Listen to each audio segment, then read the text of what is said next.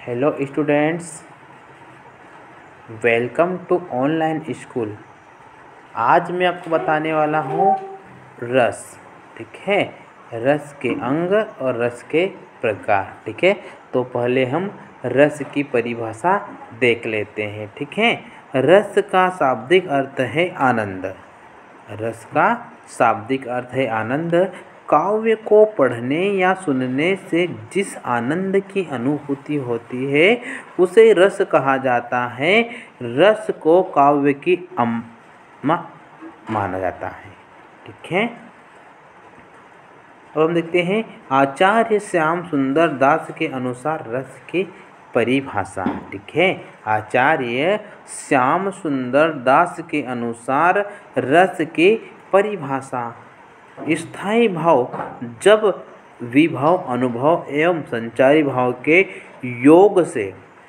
स्थायी भाव जब विभाव अनुभव एवं संचारी भाव के योग से आस्वादन करने योग्य हो जाता है, तब सहृदय प्रेक्षक के हृदय में रस रूप में उसका आस्वादन होता है। ठीक है, नेक्स्ट देखते हैं आचार्य रामचंद्र शुक्ल के अनुसार रस की परिभाषा। ठीक है, अब हम देखते हैं आचार्य रामचंद्र शुक्ल के अनुसार रस की परिभाषा: जिस भांति आत्मा की मुक्त अवस्था ज्ञान दशा कहलाती है, उसे भांति हृदय की मुख्य अवस्था रस दशा कहलाती है। ठीक है, अब हम देखते हैं रस के अंग। हिंदी व्याकरण में रस के 4 अवयव या अंग होते हैं जो इस प्रकार है। ठीक है, हिंदी व्याकरण में रस के 4 अवयव या अंग होते हैं जो इस प्रकार है। ठीक है, फर्स्ट में हमें दिया गया है विभाव, अनुभव, संचारी भाव एंड स्थायी भाव। ठीक है, अब हम देखते हैं रस के प्रकार। ठीक है, रस कितने प्रकार के होते हैं यह हम देख लेते हैं। श्रृंगार रस, हास्य रस, रौद्र रस, करुण रस, वीर रस, अद्भुत रस, विभत्स रस, भयानक रस, शांत रस, वात्सल्य रस एंड भक्ति रस। ठीक है, अब हम एक एक करके इनको एक्सप्लेन कर लेते हैं। ठीक है, पहले हम देखते हैं श्रृंगार रस। ठीक है, नायक नायिका के सौंदर्य तथा प्रेम, नायक नायिका के सौंदर्य तथा प्रेम संबंधी वर्णन को श्रृंगार रस कहते हैं। ठीक है, नायक नायिका के सौंदर्य तथा प्रेम संबंधित वर्णन को श्रृंगार रस कहते हैं। श्रृंगार रस को रसराज या रसपति कहा गया है। ठीक है, श्रृंगार रस को रसराज या रसपति कहा गया है। इसका स्थायी भाव रीति है। ठीक है, इसका स्थायी भाव रीति होता है। एग्जाम्पल देख लेते हैं इसका। बसो मेरे नैनन में नंदलाल, बसो मेरे नैनन में नंदलाल, मोर मुकुट मकराकृत कुंडल, अरुण तिलक दिए भाल। ठीक है, बसो मेरे नैनन में नंदलाल, मोर मुकुट मकराकृत कुंडल, अरुण तिलक दिए भाल। ठीक है, अब हम देखते हैं हास्य रस।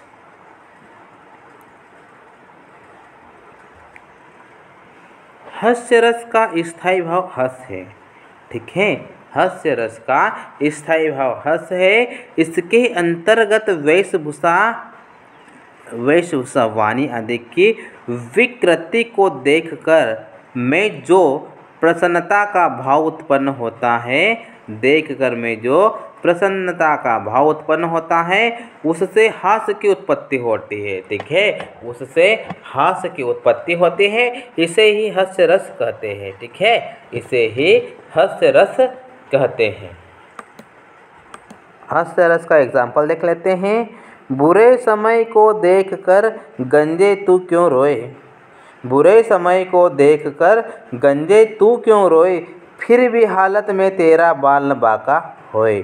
ठीक है, बुरे समय को देखकर गंजे तू क्यों रोए, किसी भी हालत में तेरा बाल न बाका होए। ठीक है, अब हम देखते हैं रौद्र रस।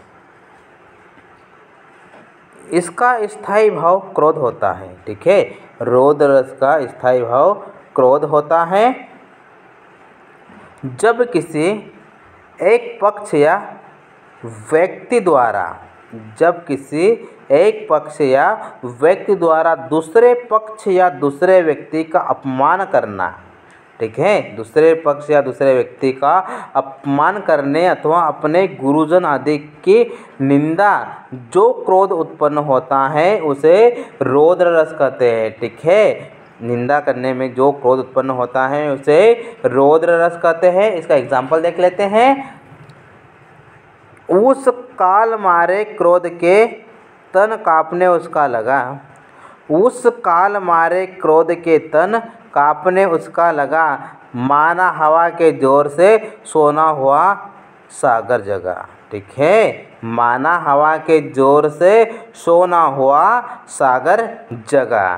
ठीक है, नेक्स्ट देखते हैं करुण रस। ठीक है, करुण रस देख लेते हैं। इसका स्थायी भाव शोक होता है। ठीक है, करुण रस का स्थायी भाव शोक होता है।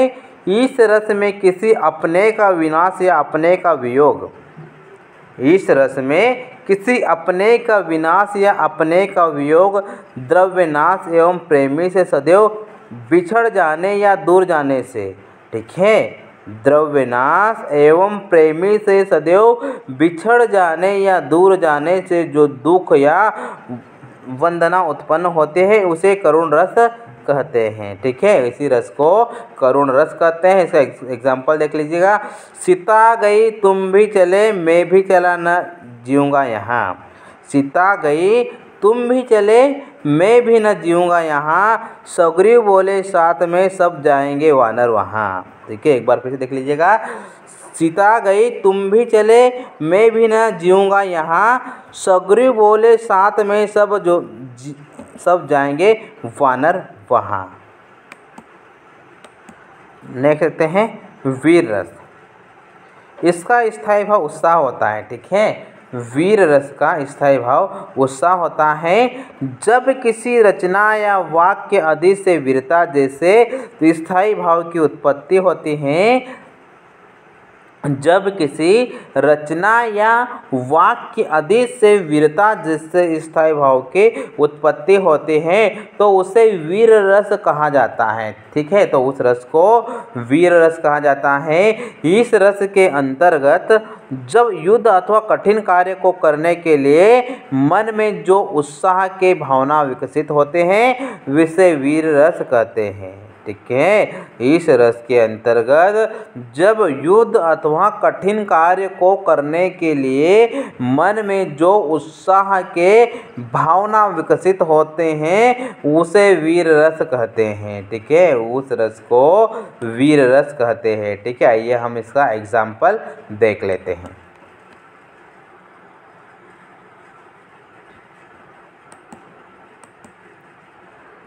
बुंदेले हर बोलो के मुख हमने सुनी कहानी थी। बुंदेले हर बोलो के मुख हमने सुनी कहानी थी, खूब लड़ी मर्दानी वो तो झांसी वाली रानी थी। ठीक है, नेक्स्ट देखते हैं अद्भुत रस।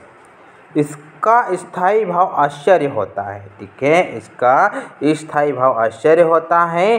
जब व्यक्ति के मन में विचित्र अथवा आश्चर्यजनक वस्तुओं को देखकर जो विस्मय आदि के भाव उत्पन्न होते हैं उसे ही अद्भुत रस कहा जाता है। ठीक है, इसमें एग्जाम्पल देख लेते हैं। देख यशोदा शिशु के मुख में सकल विश्व की माया। देख यशोदा शिशु के मुख में सकल विश्व की माया, क्षण भर को बनी वह तन हिल न सकी कोमल काया। ठीक है, नेक्स्ट देखते हैं विभत्स रस। ठीक है, विभत्स रस देख लेते हैं। इसका स्थायी भाव जुगुस्सा होता है। ठीक है, इसका स्थायी भाव जुगुस्सा होता है। घृणित वस्तुओं, घृणित चीज़ों या घृणित व्यक्तियों को देखकर या उनके संबंध में विचार करके या उनके संबंध में विचार करके या उनके संबंध में सुनकर मन में जो उत्पन्न होने वाली घृणा या ग्लानि ही विभत्स रस कहलाती है। ठीक है, घृणा या ग्लानि ही विभत्स रस कहलाती है। इसका एग्जाम्पल देखते हैं। आंखें निकाल उड़ जाते हैं, आंखें निकाल उड़ जाते, क्षण भर उड़कर आ जाते। ठीक है, क्षण भर उड़कर आ जाते। 100 जीभ खींचकर कोवे चुमला चुमला कर खा जाते हैं। ठीक है, 100 जीभ खींचकर कोवे चुमला चुमला कर खा जाते हैं। ठीक है, यह विभत्स रस का एग्जाम्पल है। नेक्स्ट देखते हैं भयानक रस। भयानक रस देख लेते हैं। इसका स्थायी भाव भय होता है। ठीक है, भयानक रस का स्थायी भाव भय होता है। जब किसी भयानक या बुरे व्यक्ति या वस्तु को देखने या इससे संबंधित वर्णन करने या किसी दुख घटना का स्मरण करने से मन में जो व्याकुलता अर्थात परेशानी उत्पन्न होती हैं उसे भयानक रस कहते हैं। ठीक है, उस भय के उत्पन्न होने से जिस रस की उत्पत्ति होती है उसे भयानक रस कहते हैं। ठीक है, उस भय के उत्पन्न होने से जिस रस की उत्पत्ति होती है उसे भयानक रस कहते हैं। आइए हम भयानक रस की एग्जाम्पल देख लेते हैं। अखिल यौवन के रंग उभार, हड्डियों के हिलाते कंकाल, बच्चों के चिकने काले प्याल, केंचुली कांस सिवार। नेक्स्ट देखते हैं शांत रस। इसका स्थायी भाव निर्वेद होता है। ठीक है, शांत रस का स्थायी भाव निर्वेद होता है। मोक्ष और अध्याल की भावना से जिस रस की उत्पत्ति होती है उसको शांत रस नाम देना संभव है। ठीक है, उसे शांत रस नाम देना संभव है। इस रस में ज्ञान की प्राप्ति अथवा संसार में वैराग्य होने पर परमात्मा के वास्तविक रूप का ज्ञान होने पर मन को जो शांति मिलती है वहाँ शांत रस की उत्पत्ति होती है। ठीक है, वहाँ पर शांत रस की उत्पत्ति होती है जहाँ न दुख होता है और न द्वेष। ठीक है, जहाँ ना दुख होता है और न द्वेष होता है वहाँ पे शांत रस होता है। ठीक है, इसका एग्जाम्पल देख लेते हैं। जब मैं था तब हरि नहीं, जब मैं था तब हरि नहीं, अब हरि है मैं नहीं। ठीक है, एक बार इसको फिर समझ लीजिएगा। जब मैं था तब हरि नहीं, अब हरि है मैं नहीं, सब अंधियारा मिट गया जब दीपक देखा माही। ठीक है, सब अंधियारा मिट गया जब दीपक देखा माही। नेक्स्ट देखते हैं वात्सल्य रस। इसका स्थायी भाव वात्सल्यता होता है। माता का पुत्र के प्रति प्रेम, माता का पुत्र के प्रति प्रेम, बड़ों का बच्चों के प्रति प्रेम, गुरुओं के शिष्य के प्रति प्रेम, बड़े भाई का छोटे भाई के प्रति प्रेम आदि का भाव स्नेह कहलाता है। ठीक है, आदि का भाव स्नेह कहलाता है। यही स्नेह का भाव परिपुष्ट होकर वात्सल्य रस कहलाता है। ठीक है, यही स्नेह का भाव परिपुष्ट होकर वात्सल्य रस कहलाता है। एग्जाम्पल देख लेते हैं। बाल सा शुक निरखी जसोदा, बाल सा शुक निरखी जसोदा, पुनि पुनि नंद बुलवाती, अंतरा तरले ढाकी सूर, प्रभु को दूध पियावती। ठीक है, अब हम देखते हैं भक्ति रस। इसका स्थायी भाव देव रहित है। ठीक है, इसका स्थायी भाव देव रहित है। इस रस में ईश्वर की अनुचित और अनुराग का वर्णन होता है, अर्थात इस रस में ईश्वर के प्रेम का वर्णन किया जाता है। ठीक है, अर्थात इस रस में ईश्वर के प्रेम का वर्णन किया जाता है। इसका एग्जाम्पल देखते हैं। सुवन जल सिंची सिंची प्रेम बेली बोई। सुवन जल सिंची सिंची प्रेम बेली बोई, मीरा की लगन लगी होनी हो सो होई। ठीक है, एक बार फिर से देख लीजिएगा। अशुवन जल सिंची सिंची प्रेम बोली बोई, मीरा की लगन लगी होनी सो होई।